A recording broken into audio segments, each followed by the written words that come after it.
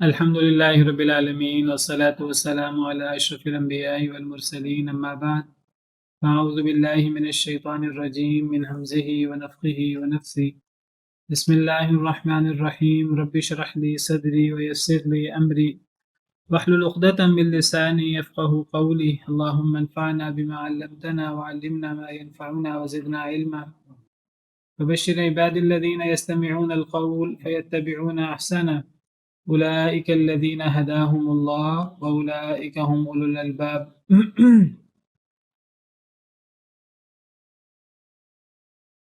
أعوذ بالله من الشيطان الرجيم بسم الله الرحمن الرحيم يوم تأتي كل نفس تجادل عن نفسها وتوفى كل نفس ما عملت وهم لا يظلمون يوم تأتي كل نفس اس دن جس دن آئے گی ہر جان تجادل عن نفسها وہ جھگڑا کر رہی ہوگی اپنے نفس کی طرف سے وتوفى كل نفس ما عملت اور پورا پورا دیا جائے گا ہر جان کو جو بھی اس نے کمایا وہم لا یظلمون اور ان پر ظلم نہیں کیا جائے گا۔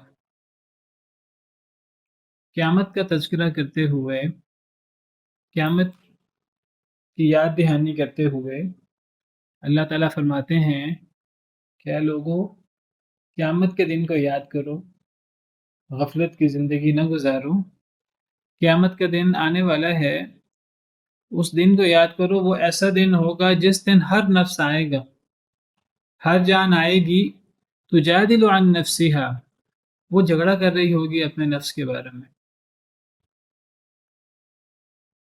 قیامت کے دن ہر شخص کو اپنی اپنی پڑی ہوگی، ہر شخص کو اپنا اپنا حساب دینا ہوگا، اپنے آپ کو اللہ کے غضب سے بچانے کے لیے ہر نفس کوشش کرے گا، عذر پیش کرے گا، اپنی ذات کی طرف سے جھگڑا کرے گا۔ کوئی دوستی قیامت کے دن کام نہیں آئے گی، کوئی کسی کے لیے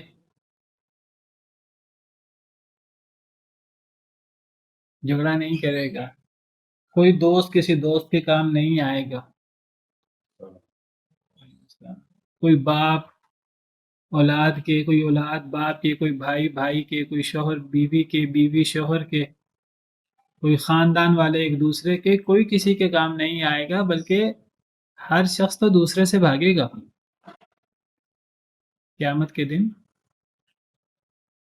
لوگ تو ایک دوسرے کے دشمن بن جائیں گے، ایک دوسرے سے بھاگیں گے کہ کوئی دوسرا ہم سے کوئی نیکی نہ مانگ لے، کوئی اپنے کسی حق کا تقاضا نہ کر دے۔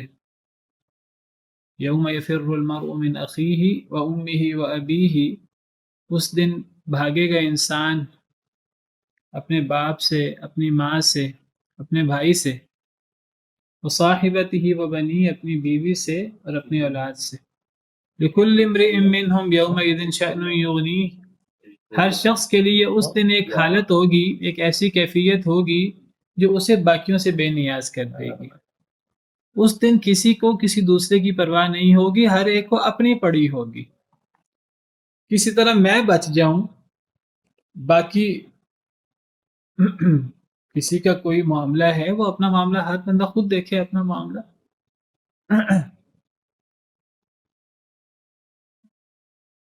بلکہ کوئی کسی دوسرے کی کیا مدد کرے گا، ہر بندہ یہ ویسے تو بھاگے گا دوسرے سے کہ دوسرا مجھ سے کوئی ایک نیکی کا تقاضا نہ کر لے، میرے ماں باپ کے مجھ پہ بڑا حق ہے، وہ کوئی اپنے کسی حق کا تقاضا نہ کر دیں قیامت کے دن۔ کوئی شوہر بیوی سے، بیوی شوہر سے، بھائی بھائی سے کوئی حق کا تقاضا نہ کر دے، ہر ایک دوسرے سے بھاگے گا۔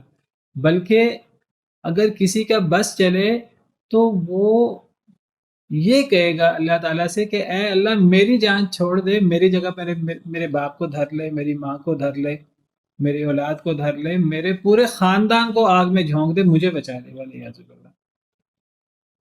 یود المجرم لو یفتدی من عذاب یومئذ ببنیہ اس دن مجرم چاہے گا کاش کہ وہ فدیہ میں دے دے اس دن کے عذاب سے اپنے بیٹوں کو۔ وصاحبتہ و اخی اپنی بیوی کا فدیہ دے دے، اپنے بھائی کا فدیہ دے دے، وفصیلتہ التی تؤوی اپنے اس پورے خاندان کا فدیہ دے دے جو خاندان دنیا میں اس کو پناہ دیا کرتا تھا. ومن فی الارض جمیعا ثم ینجی، یہ ایک ایک فرد، یہ چند افراد تو چھوڑیں، وہ تو چاہے گا کہ دنیا جہاں کے سارے انسان جہنم میں چلے جائیں، مجھے بس ان کی جگہ پر جنت میں بھیج دیا جائے. ومن فی الارض جمیعا، سارے انسان جہنم میں چلے جائیں، میری طرف سے بھاڑ میں جائیں، میری نجات ہو جائے. تو ہر نفس قیامت کے دن اپنی طرف سے جھگڑا کرے گا، ہر ایک کو اپنی پڑی ہوگی. کیونکہ یہ بات ٹھیک ہے، قیامت کے دن جتنے لوگ دنیا میں آئے ہیں، کسی کی چھوٹی عمر کسی کی بڑی عمر، جتنے لوگ دنیا میں آئے ہیں انہوں نے اللہ کے حضور پیش ہونا ہے. قیامت کے دن بہت بڑی حاضری ہوگی، بہت بڑی تعداد ہوگی، لیکن قیامت کے دن ہر شخص اپنی جگہ پر ایسے اکیلا ہوگا جیسے انسان اکیلے پیدا ہوتا ہے. جس طرح انسان اکیلے پیدا ہوتا ہے، قیامت کے دن اکیلا اللہ کے حضور آئے گا. دنیا میں جس طرح جتھے بن جاتے ہیں، ایک دوسرے کے مددگار بن جاتے ہیں اور حق کے خلاف اکٹھے ہو جاتے ہیں، دین کے خلاف اکٹھے ہو جاتے ہیں، قیامت کے دن کوئی کسی کے ساتھ مل کر جتھا نہیں بنا سکے گا. کوئی کسی کے ساتھ، کوئی کسی کو کسی کی دوستی، کسی کو کسی کی سفارش، کسی کو کوئی خرید و فروخت، کوئی چیز فائدہ نہیں دے گی. ہر شخص اکیلا ہو. وَلَقَدْ جِئْتُمُونَا فُرَادَىٰ كَمَا خَلَقْنَاكُمْ أَوَّلَ مَرَّةٍ. جس طرح انسان مرتا ہے، اللہ معاف کرے، کئی لوگوں کی اکٹھی موت ہو جائے، ایک خاندان کے لوگوں کی اکٹھی موت ہو جائے، مرتے وقت ہر بندے کے ساتھ اکیلا معاملہ ہوتا ہے. جیسے انسان اکیلے پیدا ہوتا ہے، اسی طرح مرتا بھی انسان اکیلا ہے، اس کی جان اکیلے اکیلے قبض ہوتی ہے. ہر شخص کا اکیلا معاملہ ہے، ہر شخص نے اپنی قبر میں جانا ہے. اللہ معاف کرے، اگر ایک قبر میں کئی لوگ اکٹھے بھی کر دیے جائیں، اجتماعی قبر بھی ہو، ہر شخص کا اپنا اپنا حساب ہوتا ہے، ہر شخص کا اپنا اپنا معاملہ ہے. موت کے وقت بھی، قبر میں بھی، اسی طرح میدان محشر میں ہوگا. ہر شخص کو اپنی پڑی ہوگی، ہر شخص نے اپنا حساب دینا ہوگا اللہ کے ساتھ. اللہ اس کا حساب لیں گے تو 1 to 1 اس کا حساب ہوگا. وَلَقَدْ جِئْتُمُونَا فُرَادَىٰ كَمَا خَلَقْنَاكُمْ أَوَّلَ مَرَّةٍ. اللہ فرماتے ہیں تم ہمارے پاس اس طرح اکیلے آؤ گے جس طرح ہم نے تمہیں پہلی مرتبہ پیدا کیا ان دنیا میں. جس طرح تم دنیا میں اکیلے آئے ہو، دنیا میں انسان اکیلے ہی پیدا ہوتا ہے. اگر کوئی ٹوئنز بھی 2 3 4 لوگ، 4 بچے بھی اکٹھے پیدا ہو جائیں، وہ بھی اکٹھے نہیں ہوتے، وہ بھی الگ الگ ہوتے ہیں. ہر ایک الگ جھلی میں ہوتا ہے اور الگ ہوتے ہیں. جس طرح انسان اکیلے دنیا میں آتا ہے، اسی طرح دنیا سے اکیلے جائے گا. جس طرح انسان دنیا میں خالی ہاتھ آتا ہے، خالی ہاتھ جائیں گا. کوئی دنیاوی، کوئی مادی چیز لے کر نہیں جائے گا. ہاں، کیا چیز اس کے پاس ہوگی؟ نیک یا برے اعمال. کیا اس نے آگے بھیجا اور کیا اس نے پیچھے چھوڑا. تو جب ہر شخص اکیلا قیامت کے دن آئے گا، دنیاوی اعتبار سے خالی ہاتھ جائے گا. کفن کے اندر کوئی جیب نہیں ہوتی، کیونکہ کیا فقیر، کیا مالدار، کیا بادشاہ، ایک طرح ہی سب جاتے ہیں. ہاں، اعمال انسان کے ساتھ جاتے ہیں. کب تک انسان کے ساتھ اس کا مال بھی چلا جاتا ہے، انسان کے رشتے دار بھی چلے جاتے ہیں، عمل بھی جاتے ہیں. عمل ساتھ رہ جاتا ہے، باقی مال اور رشتے دار واپس آ جاتے ہیں. تو انسان اکیلا قیامت کے دن اللہ کے حضور پیش ہوگا. دنیاوی چیزیں اس کے پاس نہیں ہوں گی، خالی ہاتھ پیش ہوگا. اور انسان ننگا، جس طرح دنیا میں ننگا آیا، اسی طرح بغیر جوتوں کے قیامت کے دن ہوگا اور بغیر خطرے کے قیامت کے دن ہوگا. تو ہر انسان کو قیامت کے دن اپنا جواب خود دینا پڑے گا، اپنی طرف سے خود جھگڑا کرنا ہوگا. کوئی کسی کی طرف سے جھگڑا نہیں کرے گا. باقی جہاں تک ہم پڑھتے ہیں سفارش کی بات، کہ نیک لوگ سفارش کریں گے، شہید سفارش کریں گے، نبی سفارش کریں گے. یاد رکھیے، اللہ کسی سے ناراض ہوں اور کوئی کسی کی سفارش کر سکے، ایسا نہیں ہو. من ذا الذی یشفع عنده الا باذنہ. کون ہے جو آیت الکرسی جو سب سے عظیم آیت ہے قرآن کریم کی، اللہ فرماتے ہیں کون ہے جو سفارش کر سکے اللہ کے نزدیک مگر اللہ کی اجازت سے. کئی جگہ پر تو اللہ نے سفارش کا انکار کر دیا ہے. کوئی ایسی سفارش جو ہم دنیا میں سمجھتے ہیں جی فلاں کی سفارش مجھے فائدہ دے دے گی، اگر اللہ ناراض ہیں کسی کی سفارش فائدہ نہیں دے گی. لا تغنی عنی شفاعتهم شیئا ولا ان یردنی الرحمن بضر، اگر اللہ مجھے نقصان دینا چاہیں، اگر اللہ مجھے سزا دینا چاہیں، لا تغنی عنی شفاعتهم شیئا ولا ينقذون، کسی کی سفارش مجھے فائدہ نہیں دے سکتی. اس اعتبار سے سفارش ساری کی ساری اللہ کے ہاتھ میں. قل للہ الشفاعۃ جمیعا. ہاں اگر اللہ نے اپنے کسی نیک بندے کو، اس سے کچھ کمی کوتاہی ہو گئی، کچھ غلطیاں ہو گئی، نیک لوگوں سے بھی غلطیاں ہوتی ہیں، اللہ اس سے راضی ہے، اللہ اس کو معاف کرنا چاہتے ہیں. اللہ نے کسی کو معاف کرنا ہے تو اللہ کسی نبی سے، کسی ولی سے، کسی شہید سے، کسی حافظ سے، کسی نیک شخص سے کہیں گے تم اس کی سفارش کر دو، تمہاری سفارش پر میں اس کو معاف کر دوں گا. یہ سفارش تو ہے. لیکن جس سے اللہ ناراض ہیں اس کو اپنی حجت، اپنی دلیل، اپنا عذر، ہر چیز اپنی خود ہی پیش کرنی، کوئی کسی دوسرے کا. یوم لا یغنی مولا عن مولا شیئا ولا هم ینصرون، کوئی دوست کسی دوست کو فائدہ نہیں دے گا. کسی کی سفارش، کسی کی خرید و فروخت، کسی کی نیکی دوسرے کو فائدہ نہیں دے گی. کوئی کسی کا بوجھ نہیں اٹھائے گا. اللہ تزر وازرۃ وزر اخری. جی آپ کچھ کہنے لگے تھے. تو یوم تأتی کل نفس تجادل عن نفسها، قیامت کے دن، اس دن کو یاد کرو جس دن آئے گی ہر جان، وہ جھگڑا کرے گی اپنی طرف سے، کوئی کسی دوسرے کی طرف سے جھگڑا نہیں کرے گی. ہر ایک اپنی طرف سے جھگڑا کرے گا، اپنا مسئلہ اس کے سامنے ہوگا. وَتُوَفَّى كُلُّ نَفْسٍ مَّا عَمِلَتْ، اور پورا پورا دیا جائے گا ہر نفس کو جو بھی اس نے کمایا. ہاں اللہ فرماتے ہیں کہ ہر نفس اپنا مسئلہ، اپنی دلیل، اپنا عذر خود وہ اپنا مسئلہ حل کرنے کی کوشش کرے گا. اور وہ مسئلہ حل تو اللہ نے کرنا ہے. اگر اللہ سے تعلق ہوگا تو بخشش ہو جائے گی، کرم ہو جائے گا، رحمت ہو جائے گی، اگر اللہ کو راضی کرنے کی کوشش کی ہوگی. اگر اللہ ناراض ہوں گے تو پھر کچھ بھی نہیں ہو سکے گا. لیکن اللہ فرماتے ہیں کہ اللہ کسی سے راضی ہیں، اللہ کسی سے ناراض ہیں. ہر نفس کو جو اس نے کیا پورا پورا بدلہ ملے گا. وہم لا یظلمون، اور وہ ظلم نہیں کیے جائیں، کسی پر ظلم نہیں ہوگا. نہ کسی نیک شخص پر ظلم ہوگا کہ اس کو اس کی نیکی کا جو اللہ نے وعدہ کیا کم بدلہ دیا جائے. اللہ نے کم از کم 10 نیکیوں کا وعدہ کیا. ایک عمل اگر قابل قبول ہے اللہ کے ہاں، کم از کم 10 نیکیاں، زیادہ بھی ہو سکتا ہے. اللہ اجر تو 10 گنا، 70 گنا، 700 گنا، اس سے بھی زیادہ اللہ اجر دے دیتے ہیں. اللہ اس سے بھی زیادہ اجر دے دیں. جو اللہ نے وعدہ کیا اس سے کمی نہیں ہوگی اگر وہ عمل اللہ کے ہاں قابل قبول ہے تو. باقی وہ اگر عمل میں ریاکاری شامل ہے اور دوسروں کے لیے عمل کیا ہے، وہ عمل سنت کے مطابق نہیں ہے، وہ تو عمل ہی نہیں ہے، وہ تو وبال ہے. ویسے ہی وہ تو نیکی نہیں ہے، وہ تو گناہ ہے. تو نہ نیک شخص پر ظلم ہوگا کہ اللہ نے جو اس کا اجر بیان کیا دنیا میں، اگر وہ عمل قابل قبول اللہ کے ہاں ہوتا ہے، شرائط پائی جاتی ہیں عمل کی قبولیت کی، تو اس کو اس سے کم بدلہ ملے جو اللہ نے کم از کم ذکر کیا، ایسا نہیں ہوگا. اور نہ ہی اللہ کے دشمن، نہ ہی وہ جن پر اللہ غضبناک ہیں، اللہ نے جو سزا کہی ہے وہی سزا ملے گی، اس سے زیادہ نہیں ملے گی. کسی پر ظلم نہیں ہوگا، کسی کو اس کے برے عمل سے زیادہ سزا نہیں ملے گی، کسی کو اس کے نیک عمل کی کم جزا نہیں ملے گی. کسی پر ظلم نہیں ہوگا، پورا پورا بدلہ ہوگا. پورے بدلے میں یہ ہے کہ ایک گناہ ہے تو اس کی جگہ پر ایک سزا ہوگی. وجزاء سیئات سیئات مثلها، برائی کا بدلہ اس جیسی ایک برائی ہے، اس کا بدلہ زیادہ نہیں ہوگا. لیکن نیکی کا بدلہ من جاء بالحسنۃ فلہ عشر امثالها، جو نیکی لائے تو کم از کم 10. اگر وہ، یہ بات میں پہلے بھی میں نے کہی ہے، دوبارہ کہہ رہا ہوں، اگر وہ قابل قبول عمل ہے اللہ کے ہاں تو کم از کم 10، اور اس سے زیادہ بھی ہو سکتا ہے. مثل الذين ينفقون أموالهم في سبيل الله كمثل حبة أنبتت 7 سنابل في كل سنبلة 100 حبة.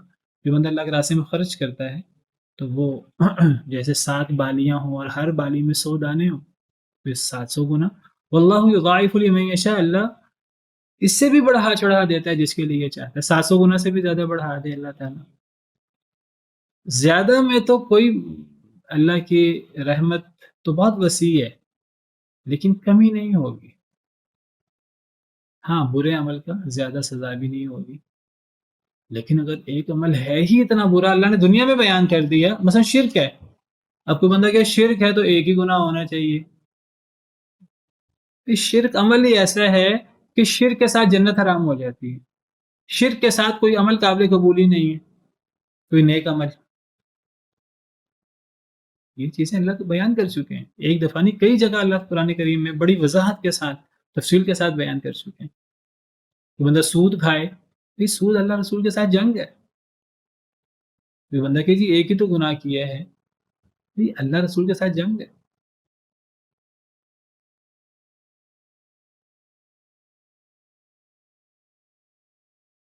36 زنا کے برابر جرم ہے، ولیعذ باللہ، یا 70 حصے کیے جائیں ایک حصہ سود کا ماں کے ساتھ زنا کرنے کے برابر، یہ چیزیں اللہ نے دنیا میں بیان کر دی ہیں، وضاحت کر دی ہیں۔ کوئی عمل ایسا ہوتا ہے کہ وہ صغیرہ گناہ ہے، کوئی عمل ایسا ہے جو کبیرہ گناہ ہے، کوئی عمل ایسا ہے جو اکبر الکبائر ہے، کوئی عمل ایسا ہے جو موبقات میں سے ہے، وہ ایک عمل ہی آپ کو ہلا کر کے رکھ دے گا، ایسے کلمات منہ سے، کلمہ کفر منہ سے نکل جائے تو بندہ جنت میں کیسے جا سکتا ہے؟ وہ کلمہ کفر انسان کو جہنم کے تھا گرائیوں میں گرا دیتا، انسان کی زبان سے نکلنے والے الفاظ انسان کو 70 سال جہنم کی گہرائی میں گرا دیتے۔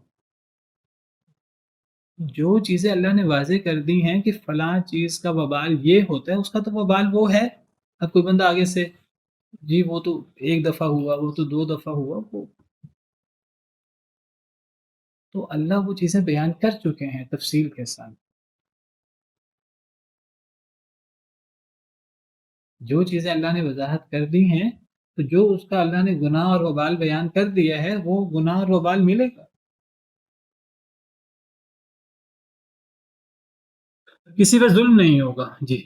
کچھ ایسے گناہ ہیں جو ہمارے معاشرے کے اندر نا اس کو کوئی چیز مطلب اب اس لیول پہ آگے کوئی چیز سمجھ نہیں آتی، جس طرح مثال کے طور پہ آپ نے سود کا بتایا کہ اتنا بڑا گناہ ہے، ہر بندہ عام اگر آفس دفاتر میں بھی دیکھا جائے تو کہتے ہیں یار تم نے کتنے پرسنٹ انٹرسٹ پہ یہ گاڑی دی، تم نے کتنے، مطلب بالکل نارمل انداز میں یہ بات ہو رہی تھی، یہ نارمل چیز بہت زیادہ ہے۔ دیکھیے صرف سود کے بارے میں تو نہیں، یہ تو شرک کے بارے میں بھی ہے، شرک نہ ہو گیا، نبی صلی اللہ علیہ وسلم نے فرمایا کہ شرک تو ایسا ہے جیسے چونٹی چلے تو چونٹی کی چال ہمیں آواز نہیں سنائی دیتی، نبی صلی اللہ علیہ وسلم نے فرمایا چونٹی تو شرک تو چونٹی کی چال سے بھی زیادہ مخفی ہے، تو اب کوئی پرواہ نہ کرے، تو اللہ تو قرآن کریم میں بار بار اللہ تعالیٰ اعلان کر رہے ہیں، بار بار اللہ اعلان کر رہے ہیں، اللہ فرما رہے ہیں کہ جی غفلت کی نیند سے جاگ جاؤ، غفلت کی نیند سے جاگ جاؤ، قیامت آنے والی ہے، شرک اللہ کبھی معاف نہیں کریں گے، شرک کے ساتھ جنت حرام ہو جاتی ہے، سود کے ساتھ یہ مسئلہ ہے، فلاں گناہ کے ساتھ یہ مسئلہ ہے، فلاں گناہ انسان علم چھپائے تو آگ کی لگام پہنائی جائے گی، یہ ہوگا وہ ہوگا، چیزیں تو اللہ نے واضح کر دی ہیں، اب کوئی نہ پڑھے، کوئی کہ ہم تو اپنے پاس بحث مباحثہ کرتے ہوئے ہم تو اہمیت نہیں دیتے تھے، بھئی یہ اللہ نے کہاں فرمایا کہ تم کیا کرتے ہو اور تم کس کو اہمیت دیتے ہو، اس کی اللہ کے ہاں اہمیت ہے، اللہ کے ہاں تو اس کی اہمیت ہے جو اللہ نے قرآن میں بیان کیا، جو نبی صلی اللہ علیہ وسلم نے اللہ کی طرف سے احادیث مبارکہ میں بیان کیا، اللہ یہ نہیں پوچھیں گے کہ تمہارے ہاں فلاں چیز ہلکی شمار ہوتی تھی کہ بڑی شمار ہوتی تھی، اللہ تو یہ پوچھیں گے کہ میں نے فلاں چیز کو اتنی اہمیت دی تھی، میں نے فلاں چیز کا گناہ اتنا بڑا بیان کیا تھا۔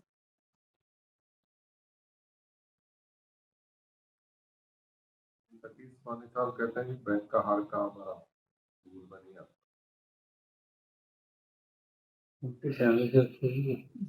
بس دیکھیے اب اپنے آپ کو مطمئن کیے رکھیں ہم کہ یہ امت شرک میں مبتلا نہیں ہو سکتی، جو مرضی کر لے یہ امت شرک میں مبتلا نہیں ہو سکتی، صحابہ کرام نبی صلی اللہ علیہ وسلم صحابہ کرام کو تو کہتے ہیں کہ تمہیں اپنے آپ کو شرک سے بچانے کی کوشش کرنی چاہیے، اللہ قرآن میں فرماتے ہیں وَمَا يُؤْمِنُ أَكْثَرُهُم بِاللَّهِ إِلَّا وَهُم مُشْرِكُونَ، اکثر ایمان لانے والے اللہ کے ساتھ شرک کے مرتکب ہو رہے ہوتے ہیں، انہیں پتہ ہی نہیں ہوتا، وَمَا أَكْثَرُ النَّاسِ وَلَوْ حَرَصْتَ بِمُؤْمِنِينَ، تو شرک تو انسان کے اندر شامل ہو جاتا ہے، ایک صحابی نے نبی صلی اللہ علیہ وسلم کے بارے میں یہ کہہ دیا کہ ما شاء اللہ وشئت، جو اللہ چاہے اور آپ چاہیں، تو کیا فرمایا آپ نے، تم نے مجھے اللہ کے شریک بنا دیے، جعلتنی للہ ندا، ایک صحابی نبی صلی اللہ علیہ وسلم نے سکھایا۔ آج اگر ہم غفلت کی نیند سوئے ہوئے ہیں کہ جی بس شرک نہیں ہو سکتا، شرک کے بارے میں تو پرواہ نہ کرو، تو باقی چیزوں کے بارے میں ہم خود پرواہ نہیں کرتے، شیطان نے ہمیں لوری دی ہوئی ہے، غفلت کی نیند سلایا ہوا ہے اور ہم سوئے ہوئے ہیں، اللہ تعالیٰ تو بار بار جگا رہے ہیں، اللہ کو کوئی ضرورت نہیں ہے ہمیں بار بار جگانے کی، لیکن اللہ تعالیٰ تو بار بار ہمیں، آپ قرآن کریم پڑھیں، قرآن کریم تو سینکڑوں مرتبہ قیامت کی بات کرتا ہے کہ قیامت کو یاد کرو، اس دن کو یاد کرو، اس دن یہ ہوگا، اس دن یہ ہوگا، اس دن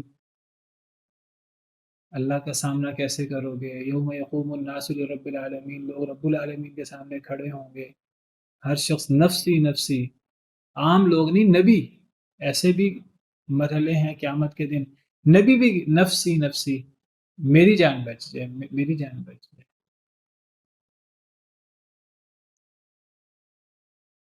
تو ہم کیا کرتے ہیں کیا نہیں کرتے، ہم اہمیت دیتے ہیں کہ نہیں دیتے، ہمارے اہمیت دینے نہ دینے کا کیا مطلب ہوا؟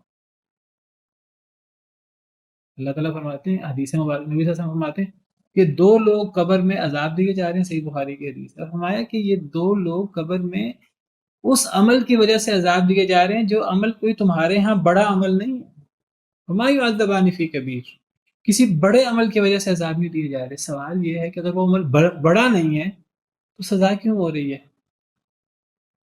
پیشاب کے قطروں سے نہ بچنا چغلی، زبان کی حفاظت نہیں ہے بھئی، وہ بڑے عمل کی وجہ سے عذاب نہیں دیے جا رہے، سے مراد کیا ہے؟ تمہارے ہاں وہ عمل بڑا نہیں ہے، اللہ کے ہاں تو بہت بڑا ہے، تم اس کو بڑا خیال نہیں کرتے تو نہ خیال کرو، اللہ تو بتا رہے ہیں کہ اللہ کے ہاں یہ عمل بڑا ہے، تم خیال کرتے ہو تو، تم نہیں خیال کرتے تو نہ کرو، تمہارے خیال کرنے نہ کرنے سے کیا ہوتا ہے؟ کیا دین تمہارے کہنے سے بنتا ہے؟ چیز تمہاری وجہ سے چھوٹی بڑی بنتی ہے؟ چیز تو، دین تو اللہ کی طرف سے آیا ہے، اور اللہ نے بتانا ہے کیا چیز بڑی ہے کیا چیز چھوٹی ہے۔ ہم نے لوگوں کی باتوں کو بڑا سمجھ لیا، دین کہتا ہے لوگوں کی باتوں کی اہمیت ہی کوئی نہیں۔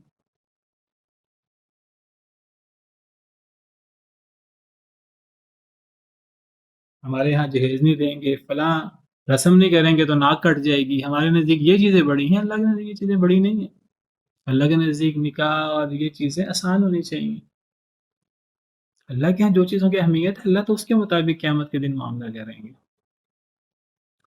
تو ہر نفس کو جو اس نے عمل کیا پورا پورا بدلہ دیا جائے گا، اور ظلم نہیں کیے جائیں گے، ذرہ برابر ظلم نہیں ہوگا قیامت کے دن، نہ دنیا میں ہوتا نہ قیامت کے دن ہوگا، ان اللہ لا یظلم مثقال ذرہ، اللہ ذرہ برابر ظلم نہیں کرتے، لیکن ظلم نہ کرنے کا مطلب یہ نہیں ہے کہ کسی کو قیامت کے دن سزا ہی نہیں ہوگی، نہیں، سزا ہوگی، اور وہ عین انصاف ہوگا، بڑی سخت سزائیں ہوں گی، ایسی سزا ہوگی، ایسی سزا کبھی دنیا میں تصور بھی کسی نے نہیں کیا ہوگا، لیکن وہ عین انصاف ہوگا، ہمارے ایمان کا حصہ ہے یہ چیز۔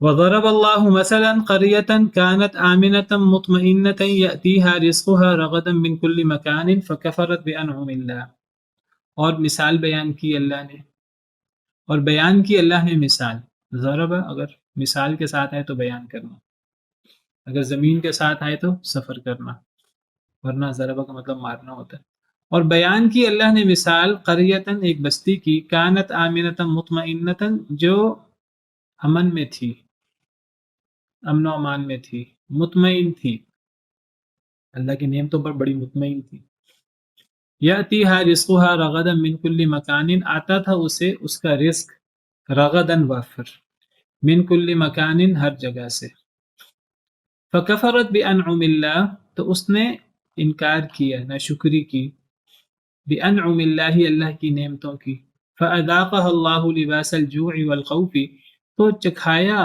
اسے اس بستی کو اللہ، اللہ نے لباس الجوع والخوف، لباس بھوک کا اور خوف کا، بما کانوا یصنعون، اس وجہ سے جو وہ کرتے تھے۔ اللہ فرماتے ہیں کہ اللہ نے ایک بستی کی مثال پیش کی، وہ بستی، اللہ کے اس پر بڑے انعامات، دو بڑے انعامات اللہ نے ذکر کیے ہیں، اور یہ انعامات چھوٹے نہیں ہیں، بہت بڑے انعامات ہیں، ایک انعام امن و امان کا، دوسرا انعام رزق، کھیتیاں، فصلیں، باغات، نہریں، بارشیں،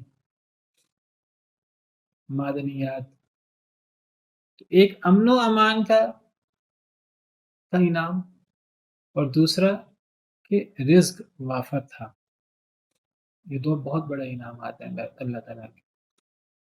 اللہ نے ایک بستی کی مثال پیش کی جو امن و امان میں تھی، اسے دشمن کو خوف نہیں تھا، اللہ نے اسے طاقت دی ہوئی تھی، ان کا دفاع مضبوط تھا،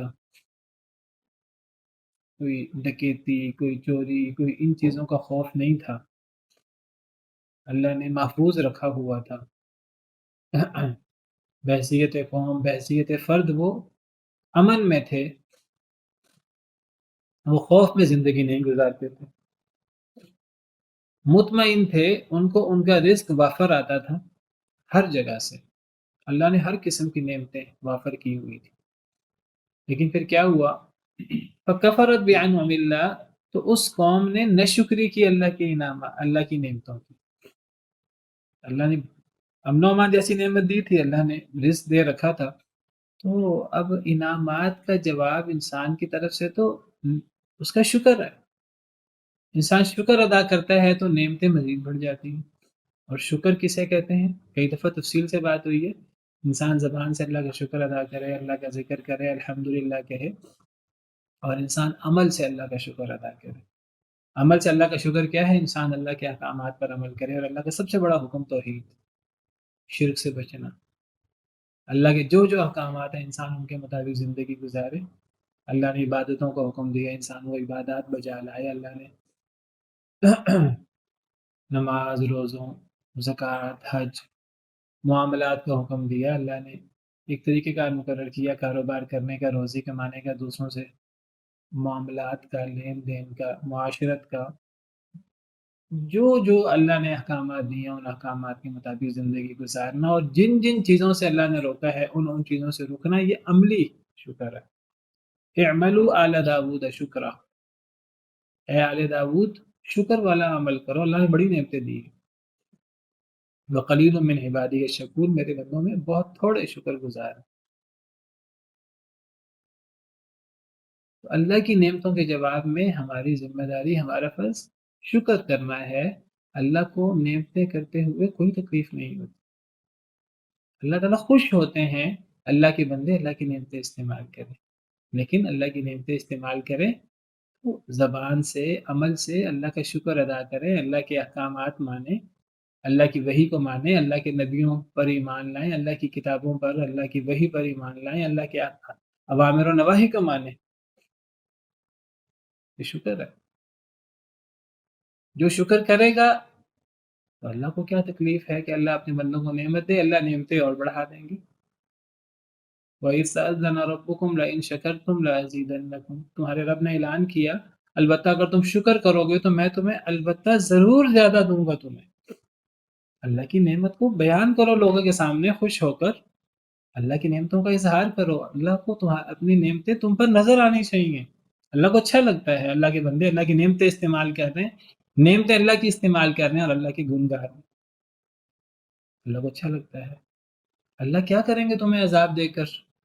اللہ کیا کریں گے تم سے نعمتیں چھین کر؟ ان شکرتم وآمنتم، اگر تم شکر کرتے رہو، ایمان لاتے رہو۔ شکر اور ایمان یہ دونوں شکر ہیں، زبان سے شکر بھی شکر ہے، ایمان بھی شکر ہے۔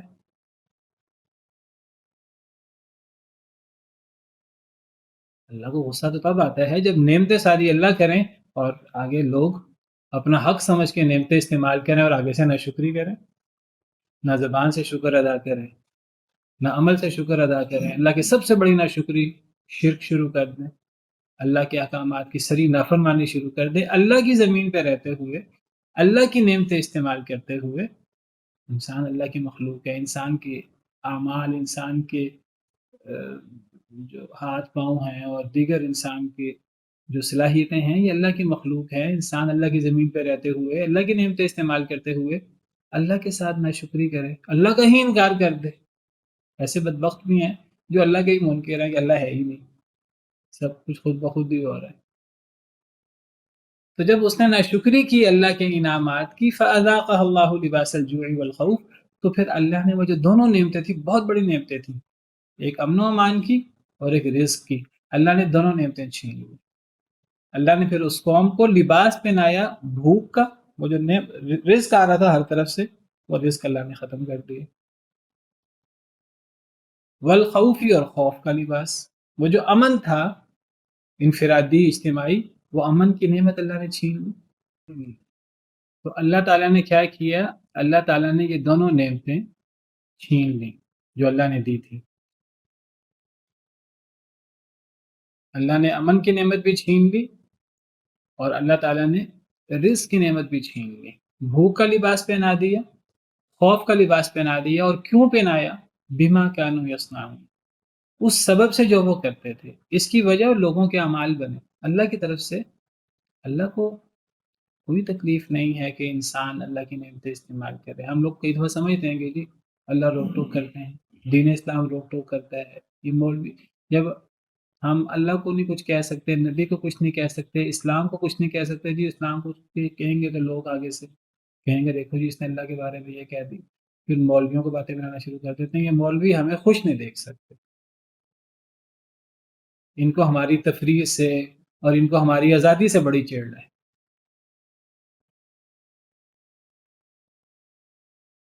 اللہ کے احکامات، اللہ کے احکامات پر عمل کرنا اللہ کا شکریہ ادا کرنا ہے، اور اللہ کے احکامات سے روگردانی کرنا یہ اللہ کی ناشکری ہے. تو پھر جب اللہ کی ناشکری ہوتی ہے تو پھر اللہ تعالیٰ بھوک بھی طاری کر دیتے ہیں، پھر اللہ تعالیٰ خوف بھی طاری کر دیتے ہیں. اور اس بھوک اور خوف کی وجہ لوگ اور لوگوں کے اعمال خود ہوتے ہیں.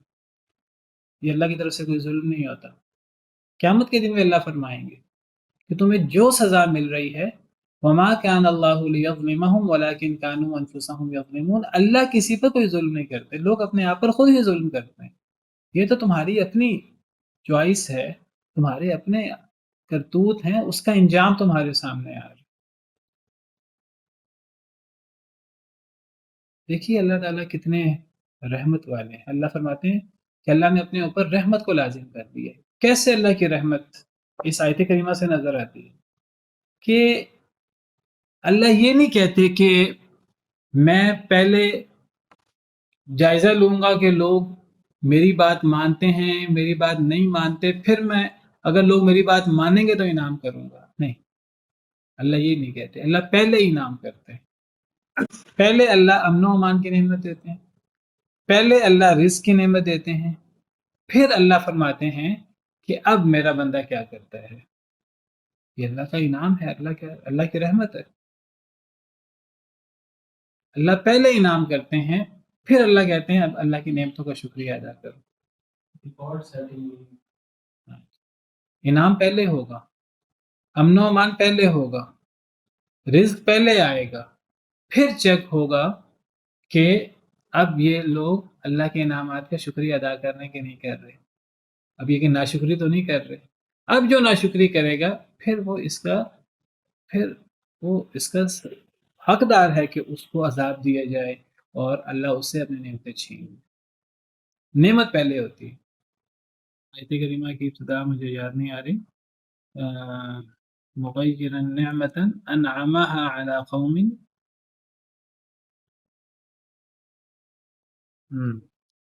سورہ انفال، ذالک بأن اللہ لم یکن مغیرا نعمتا انعمها على قوم حتى یغیروا ما بانفسهم.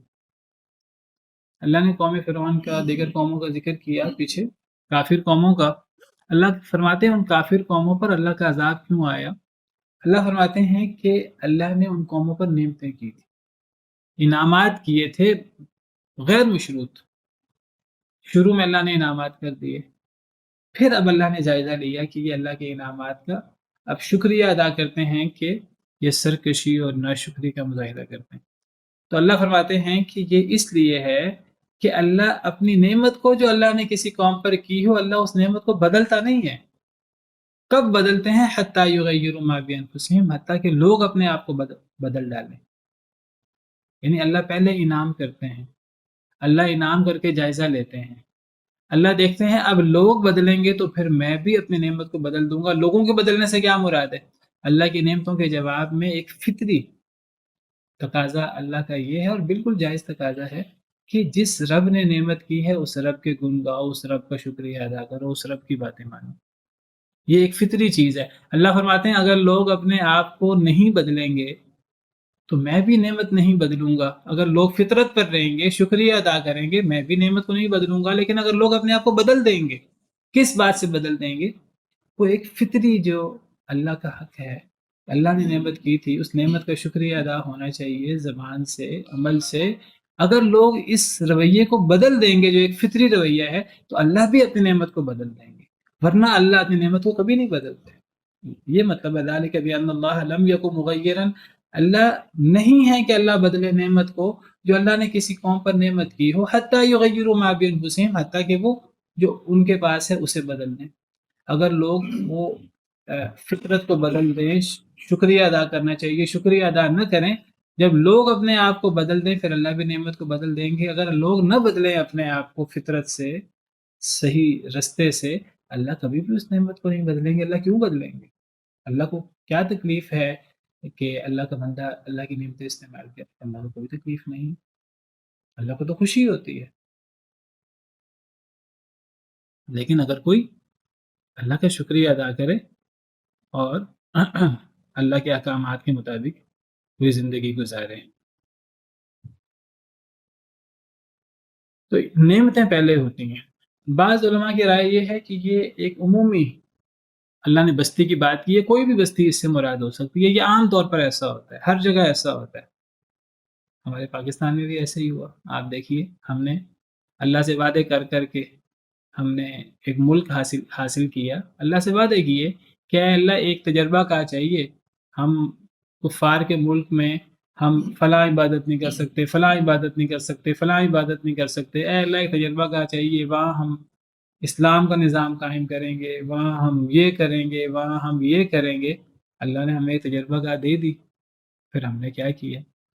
اللہ نے صرف تجربہ گاہ نہیں دی، اللہ نے اتنی نعمتیں کی، اتنی نعمتیں کی کہ شروع دور میں ہی، بالکل شروع میں پاکستان نے ایسے ترقی کی دنیاوی طور پر کہ ایشیا کا ٹائگر، کیا ہانگ کانگ اور کیا دبئی اور وہ سارے ملک پیچھے تھے ہم سے۔ کراچی اور 1960 کا دور، 1965 کا دور، بالکل پاکستان کی ابتدا کی بات ہے۔ یہ نعمتیں کہاں سے ہوئی ساری؟ اللہ کی طرف سے نعمتیں تھی۔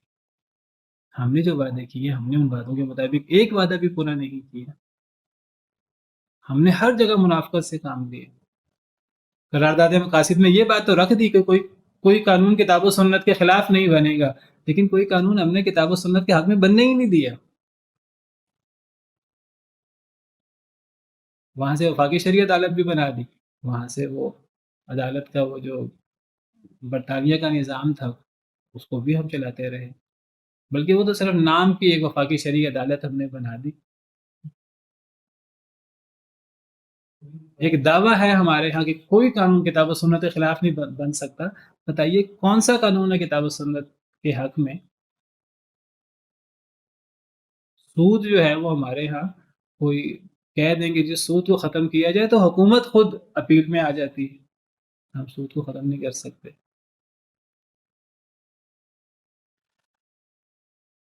تو یہ مشکلات اور یہ پھر عذاب اور یہ حکمران اور یہ سب چیزیں عذاب ہے اللہ تعالیٰ کا، اور یہ اس وقت تک ٹھیک نہیں ہوں گے جب تک ہم اللہ سے جو ہم نے وعدے کیے اور جو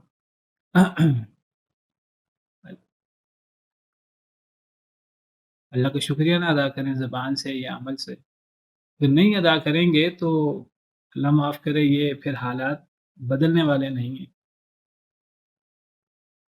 وَلَقَدْ، تو بعض علماء کی رائے یہ ہے کہ ایک عموم میں کسی بھی بستی کی بات ہے، پرانی بستیوں میں بھی ایسے ہی ہوتا تھا، نبی صلی اللہ علیہ وسلم کے دور میں بھی ایسے ہی ہوا، جن لوگوں نے یہ رویہ رکھا۔ بعض کہتے ہیں یہ قریش مکہ کے بارے میں آئی، تو یہ آیت قریش مکہ کے بارے میں بھی ہو سکتی ہے اور یہ کسی بھی قوم کے بارے میں ہو سکتی ہے، قیامت تک یہ معاملہ ہو سکتا ہے۔ قریش مکہ، اللہ کی بڑی نعمتیں تھیں، اللہ نے امن و امان دے رکھا تھا، پورے عرب میں امن و امان نہیں تھا، مکہ مکرمہ میں امن و امان تھا، مسجد حرام کی وجہ سے، بیت اللہ کی وجہ سے۔ مکہ مکرمہ میں ہر طرف سے رزق آتا تھا، مکہ مکرمہ میں اگتا کچھ نہیں تھا لیکن ہر پھل وہاں آ جاتا تھا۔ لیکن پھر جب انہوں نے نبی صلی اللہ علیہ وسلم کی نافرمانی کی، اللہ کے احکامات کی نافرمانی کی، پھر نبی صلی اللہ علیہ وسلم نے بد دعا کی ان کے لیے۔ ایک وقت آیا، نبی صلی اللہ علیہ وسلم فرمایا اے اللہ ان پر ایسا قحط بھیج جیسے قوم یوسف پر بھیجا تھا۔ تو پھر ایک وقت آیا کہ قریش پہ بہت سخت قسم کا قحط آیا، بہت سخت قسم کا، اتنا قحط آیا وہ آسمان کو دیکھتے تھے، انہیں آسمان میں دھواں نظر آتا تھا۔ کھانے پینے کو سب کچھ ختم ہو گیا. نبی صلی اللہ علیہ وسلم سے وہ دعائیں کرنے کا کہتے تھے کہ آپ دعا کریں اللہ تعالیٰ سے، اللہ تعالیٰ ہم سے یہ عذاب واپس لے لے. تو بعض علماء کی رائے یہ ہے کہ یہ مکہ کی بات ہے، اور بعض علماء کی رائے یہ کہ یہ کوئی بھی بستی ہو سکتی ہے. تو بہرحال مکہ کی بات ہو، وہ مراد ہو، تب بھی کوئی بھی بستی جو اس رویے کا مظاہرہ کرے گی اس کے ساتھ یہی ہوگا. وَلَقَدْ جَاءَهُمْ رَسُولٌ مِّنْهُمْ فَكَذَّبُوهُ فَأَخَذَهُمُ الْعَذَابُ وَهُمْ ظَالِمُونَ. البتہ تحقیق آیا تھا ان کے پاس رسول انہی میں سے. فَكَذَّبُوهُ فَأَخَذَهُمُ الْعَذَابُ، انہوں نے جھٹلا دیا اس کو تو پکڑ لیا انہیں عذاب نے. وَهُمْ ظَالِمُونَ، اور وہ ظالم تھے. اب ان کے پاس رسول آیا، اگر اہل مکہ مراد ہے تو پھر نبی صلی اللہ علیہ وسلم مراد ہے. نبی صلی اللہ علیہ وسلم ان کے پاس آئے، انہوں نے نبی صلی اللہ علیہ وسلم کو جھٹلا دیا، یہ اللہ کی ناشکری کی، تو پھر عذاب نے انہیں آ لیا. قحط کی صورت میں، یہ جنگ بدر میں اللہ نے جو ان کو عبرتناک شکست دی. وہم ظالمون، اور وہ خود ظالم تھے، یہ اس عذاب کی وجہ وہ خود بنے. اور اگر اس سے کوئی اور بستی مراد ہے، بعد میں آنے والی بستی، آج تک ہماری قوم مراد ہو سکتی ہے. ہمارے پاس اللہ کے رسول آئے ہوئے ہیں، آپ کی تعلیمات ہم تک پہنچی ہوئی ہیں قرآن کریم کی صورت میں، احادیث مبارکہ کی صورت میں. اگر ہم عمل کریں گے تو اللہ کی نعمتوں کے حقدار ٹھہریں گے، اگر عمل نہیں کریں گے تو اللہ کی طرف سے قسمہ قسم کے عذاب، ایک عذاب ختم نہیں ہوتا دوسرا عذاب آ جاتا. اور اس کی وجہ ہم خود ہی ہیں، ہمارا ظلم ہے خود. کوئی بھی قوم اس سے مراد ہو سکتی ہے. فَكُلُوا مِمَّا رَزَقَكُمُ اللَّهُ حَلَالًا طَيِّبًا، بس کھاؤ اس سے جو رزق دیا تمہیں اللہ نے، حلال اور طیب. وَاشْكُرُوا نِعْمَةَ اللَّهِ إِن كُنتُمْ إِيَّاهُ تَعْبُدُونَ، اور شکر کرو اللہ کی نعمت کا اگر تم خاص اسی کی تم عبادت کرتے ہو. تو کھاؤ اس سے جو اللہ نے تمہیں رزق دیا، حلال اور پاکیزہ. اللہ نے جب رزق دیا ہے، اللہ نے انعام کیا ہے، تو اللہ کو کوئی محسوس نہیں ہوتا، اللہ کو کوئی غصہ نہیں آتا کہ انسان اللہ کی نعمتیں استعمال کرے. اللہ کہتے ہیں کہ اللہ کی نعمتوں کو تم استعمال کرو، تم اللہ کی نعمتوں کو کھاؤ. اللہ نے جس چیز کو حلال بنایا ہے، جس چیز کو طیب بنایا ہے، تمہارے کھانے کے لیے تو بنایا ہے. اللہ کی حلال کردہ، اللہ کی پاکیزہ چیزوں کو کھایا کرو. دودھ اللہ نے حلال کیا تو حلال سمجھو، اس کو حرام نہ کرو اپنے اوپر، اور اللہ کی حرام کردہ چیزوں کو حلال نہ کرو. شراب کو اللہ نے حرام کیا ہے تو شراب کو حرام سمجھو، لیکن دودھ کو اللہ نے حلال کیا ہے تو اس کو حلال سمجھ کے، طیب اور پاکیزہ سمجھ کے اس کو پیو، اس کو اپنے اوپر حرام نہ کرو. جس طرح حرام کو استعمال کر لینا، شراب کو استعمال کر لینا اللہ کو ناراض کرتا ہے، اللہ کے عذاب کا باعث ہے، اسی طرح اللہ کی حلال کردہ چیزوں کو زیادہ نیک بنتے ہوئے